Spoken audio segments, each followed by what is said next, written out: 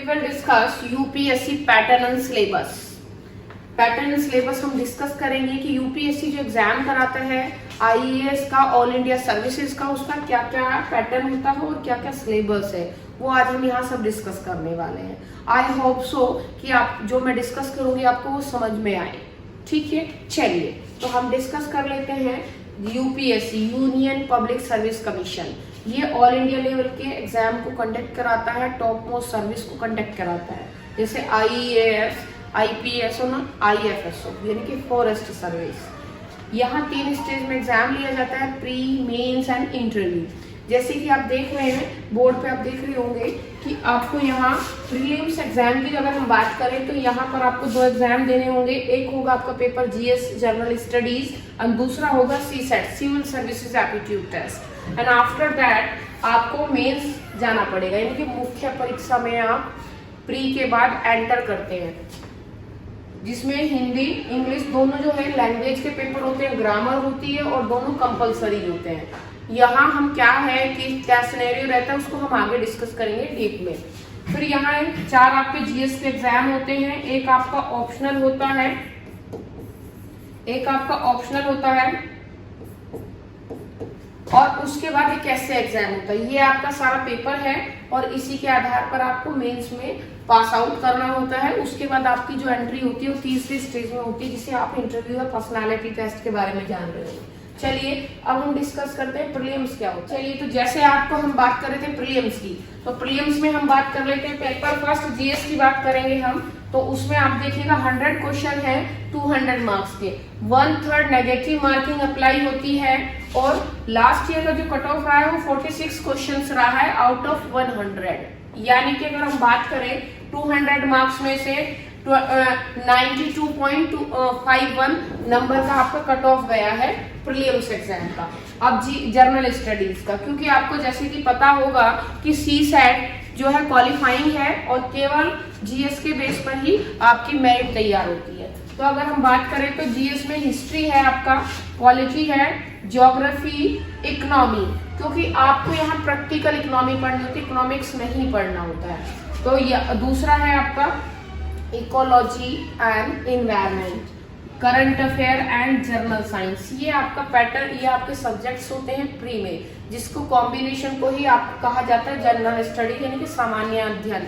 जब आप इनका सबका ही एक 100 क्वेश्चंस का एग्जाम बनता है जो सामान्य अध्ययन के नाम से आप एग्जाम में देंगे, राइट। तो इसी के आधार पर आपकी मेरिट बनती है, क्योंकि आपको जैसा पता होगा कि लास्ट ईयर से जो सीसेट है वो क्वालिफाइंग हो गया है। अब हम बात करते हैं सीसेट की। जैसा कि हमने सामान्य अध्ययन के बाद हम सिविल सर्विसेज एप्टीट्यूड टेस्ट का जो दूसरा पेपर है उसके बारे में जानकारी लेनी है, और हमने जीएस को पहले ही डिस्कस कर लिया। इसमें 80 क्वेश्चंस होते हैं 200 मार्क्स के।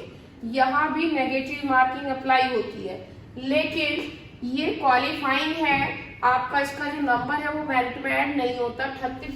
33% से आपको ये क्वालिफाई करना होता है। इसका रोल इतना है कि अगर आप ये क्वालिफाई नहीं करते हैं तो आपकी ओएमआर सीट चेक नहीं होती है। तो बस इसका इतना ही रीजन है कि अगर आपको प्री का एग्जाम मेरिट में आना है तो आपके लिए ये क्वालिफाई करना फर्स्ट शर्त होगी।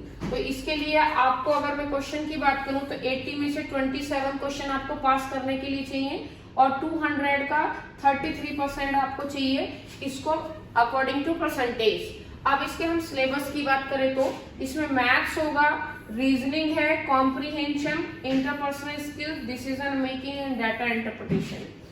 मैथ को बिल्कुल घबराने की जरूरत नहीं, it's a total logical math. ये आपका ऐसा कोई मैथ नहीं कि कैलकुलेटिव है, ज्यादा कैलकुलेटिव या कॉम्प्लिकेटेड भी नहीं है, क्योंकि आप एक प्रशासनिक अधिकारी के रूप में कार्य करने वाले हैं। तो इसीलिए आपको एक डाटे का एक आइडिया होना चाहिए, जिससे कि आप लॉजिक आधार पर एनालिसिस कर सके, ना कि आप कैलकुलेटिव मैनर में सॉल्व करेंगे किसी क्वेश्चन को, राइट। रीजनिंग आपको, जैसा कि मैं बता रही हूँ आपको, या आपको भी जानकारी होगी कि रीजनिंग में 2 तरह की होती है, एक वर्बल, एक नॉन वर्बल।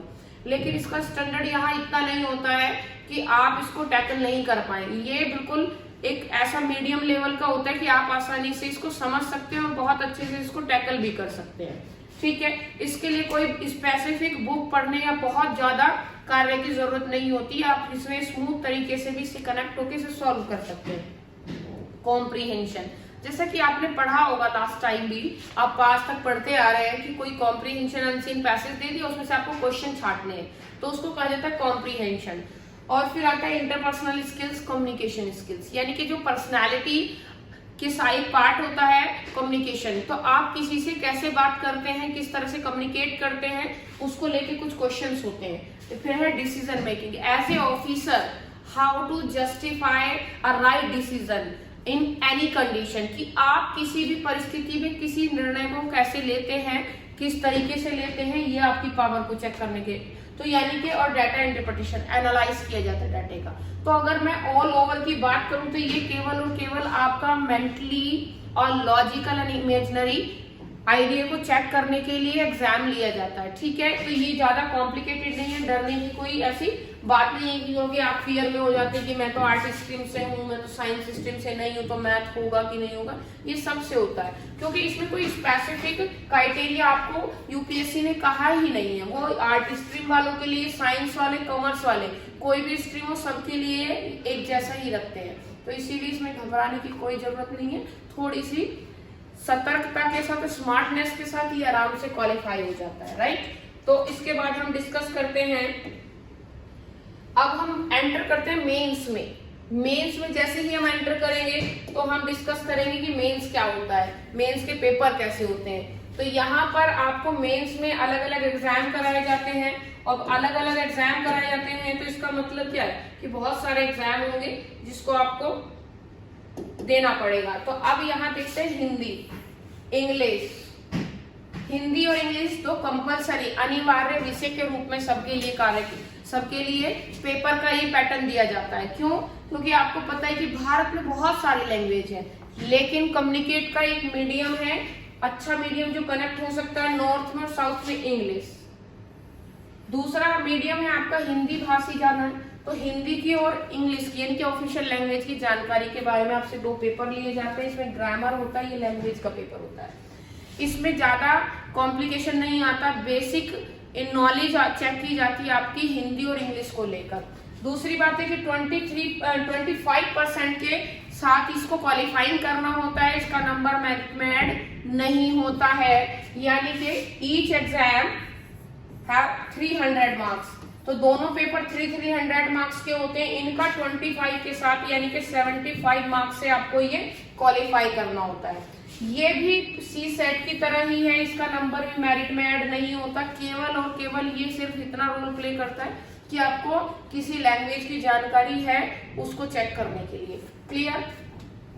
उसके बाद अगर हम बात करें कि जीएस पेपर 1 की, तो जीएस पेपर 1 जो है आप उसमें आर्ट एंड कल्चर, जैसे कि हिस्टोरिकल हेरिटेज, ये कल्चर आता है, Indian history and world history, geography, social issues. अगर मैंने आपको वर्बली डिस्कशन है, इसमें हम डीप में जाएंगे, जैसे जैसे डिस्कशन होगा तो हम उसे बाद में कर लेंगे। तो ये हिस्ट्री जैसे वर्ल्ड हिस्ट्री है, वर्ल्ड हिस्ट्री में डोंट वरी इतनी सारी हिस्ट्री नहीं है, कुछ सेलेक्टेड टॉपिक्स दिए हुए हैं जिनको आपको पढ़ना है और उसे कनेक्ट करके सीधा सीधा आप आराम से मेंस लिख सकते हैं। तो प्री के बाद जैसे ही आप मेन से लिखेंगे तो ये जो जीएस आपको मिलेगा, यहाँ जो जीएस वहां आपने कंबाइंड पढ़ा था, यहाँ उसको डिवाइड कर दिया गया 4 पार्ट में। तो यहाँ पर पहले पार्ट में आप देख रहे हैं ये सब है 250 मार्क्स का, ये आपका एग्जाम होता है first paper. Clear? First paper होता है, यहाँ 4 आपके जीएस के होंगे, ईच पेपर 250 मार्क्स यानी कि और इंटू 250 1000 मार्क्स। तो आपको यहाँ 1000 मार्क्स पर काम करना होता है जीएस के लिए। अब आता है इसके बाद पेपर का GS2, GS3 एंड GS4। यहाँ पर जो है जीएस के सेकंड पेपर की अगर हम बात करें तो ये जो सेकंड पेपर है आपका, ये है आपके सेकंड पेपर जो है आपका, ये constitution, governance, international relation, internal security पर बात करेगा, इंटरनल सिक्योरिटी और सोशल जस्टिस, इन पर ये बात करते हैं और इससे ये एग्जाम आता है। ये पैटर्न है आपका सेकंड जीएस के पेपर का जो 250 मार्क्स का होता है। उसके बाद एक आपका होता है जीएस थर्ड, 250 मार्क्स का ही ये होता है, economy, ecology, environment, like that budget, economic survey, science and tech. Science and tech का भी आपका एग्जाम होता है, राइट। तो ये सारा अब साइंस एंड टेक को लेके बहुत दिमाग में आ गया होगा कि बड़ी टेक्नोलॉजी, साइंस तो हमने पढ़ा ही नहीं, ये जिन्होंने पढ़ा है कि बहुत बड़े। इसमें क्या है, इसमें बेसिक करंट के साथ अपडेशन, जैसे अग्नि, ब्रह्मोस की जो मिसाइल है, सैटेलाइट लॉन्चर पैड है हमारे पास, उसमें क्या टेक्नोलॉजी यूज की जाती है, बस इतना पढ़ना है, ना कि आपको इसमें पूरी रिसर्च कर लेनी है, राइट। उसके बाद आ जाता है आपका GS4 250 मार्क्स का। GS4 जो है एथिक्स और इंटीग्रिटी, ये नैतिक और ईमानदारी, नैतिकता और ईमानदारी पर बात करेगा। जैसे कि आज आप देख रहे हैं एक अच्छा ऑफिसर कैसा हो, आप व्यवहार में और थ्योरी में बिल्कुल एक जैसे हो, यानी कि आपकी कथनी और करनी में फर्क ना हो, उसको जज करने के लिए 4th पेपर को ऐड किया गया एथिक्स और इंटीग्रिटी के रूप में।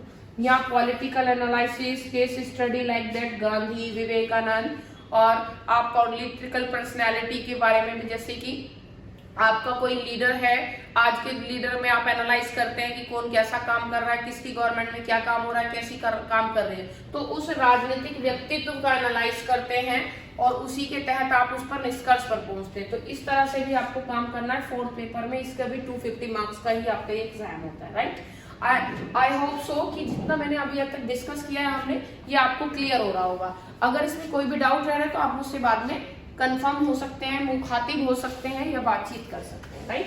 तो अब हम बात कर लेते हैं कि इसके बाद क्या है। तो यानी कि 4 पेपर हुआ तो 250 मार्क्स का है, तो 250 मार्क्स को अगर हम इंटू करते हैं 4 से, यानी कि 1000 मार्क्स का आपका GS रहता है, राइट। एंड इससे आगे बढ़े तो इससे आगे की अगर हम बात करते हैं तो इसके बाद आता है आपका एसे। एसे भी आपका 250 मार्क्स का होता है, और इस एसे में 250 मार्क्स, यानी कि पूरा पेपर दो सेक्शन में बटा होता है, section A and section B। दोनों में से आपको एक एक ऐसे लिखना होता है। 250 मार्क्स का ये ऐसे होता है, ठीक है। दूसरी बात है कि ऑप्शनल, आपको यूपीएससी एक वैकल्पिक विषय चुनने के लिए कहती है, और आप इस वैकल्पिक विषय को अपने इंटरेस्ट के आधार पर, जो आपने पढ़ा उसके आधार पर, जो समझ में जल्दी आता है उसके आधार पर, जिसमें आप नंबर अच्छे पा सकते हैं। तो 500 मार्क्स का रोल है इसका यहाँ, तो इस वजह से आपको ऑप्शनल अडॉप्ट करना है अपने इंटरेस्ट के according, as per UPSC guidelines. यानी कि यूपीएससी जो एक लिस्ट देता है उसमें अगर वो ऑप्शनल है जो आप लेना चाहते हैं तो आप उसे अडॉप्ट कर सकते हैं, राइट। अब दूसरी बात है कि ऑप्शनल को कैसे अडॉप्ट किया जाए। ऑप्शनल अपने अकॉर्डिंग, अपने अंडरस्टैंडिंग के अकॉर्डिंग ही अडॉप्ट किया जाता है। अब ये भी जरूरी नहीं है, जैसे कि कुछ बच्चे सोचते हैं कि ग्रेजुएशन के अकॉर्डिंग ले लें। ग्रेजुएशन के अकॉर्डिंग लेना या न लेना वो आपकी मर्जी है। यूपीएससी में कहीं कोई ऐसी शर्त नहीं होती कि जो आपने ग्रेजुएशन में पढ़ा हो वही आप अडॉप्ट करें। क्यों आप ऐसे अडॉप्ट करने के लिए ग्रेजुएशन का बात इसलिए कर लेते हैं क्योंकि आपको ये पता होता है जो आपने ग्रेजुएशन में पढ़ा होता है वो आपकी जल्दी समझ में आ जाता है, तो इसीलिए आप ग्रेजुएशन के अकॉर्डिंग सब्जेक्ट चुनते हैं। लेकिन यहाँ ऐसी कोई शर्त नहीं, जो आपको अच्छा लगे, जो यूपीएससी के लिए हेल्पफुल हो, उसमें आप, जिसमें आप नंबर पा सके, सिलेक्शन ले सके, वो आपके लिए ऑप्शन अडॉप्ट कर लेना चाहिए, राइट। ठीक है, तो हमारी ये जो बात हुई, जितना भी हमारा डिस्कशन हुआ, आई थिंक आप जो सिलेबस को सरसरी तौर पर समझ गए होंगे। हम फिर नेक्स्ट वीडियो लेके आएंगे जिसमें हम इस सिलेबस को और डीप में जाएंगे, टॉपिक वाइज एनालाइज करेंगे किस तरह का क्वेश्चन बनता है यूपीएससी में, जैसा भी सारे टॉपिक को हम एनालाइज करेंगे डीपली वे में। और I hope so you are getting my point what I say, right. अगर आपको इसके बाद भी कुछ जानकारी लेनी हो या फिर आपको कुछ डाउट्स रहे हो, कुछ क्वेरीज हो, तो आप हमसे कनेक्ट हो सकते हैं। जो वीडियो में नंबर दिया गया है उन्हीं नंबर पर, और हमारे संस्थान में भी डायरेक्ट अप्रोच कर सकते हैं। Thank you, good luck.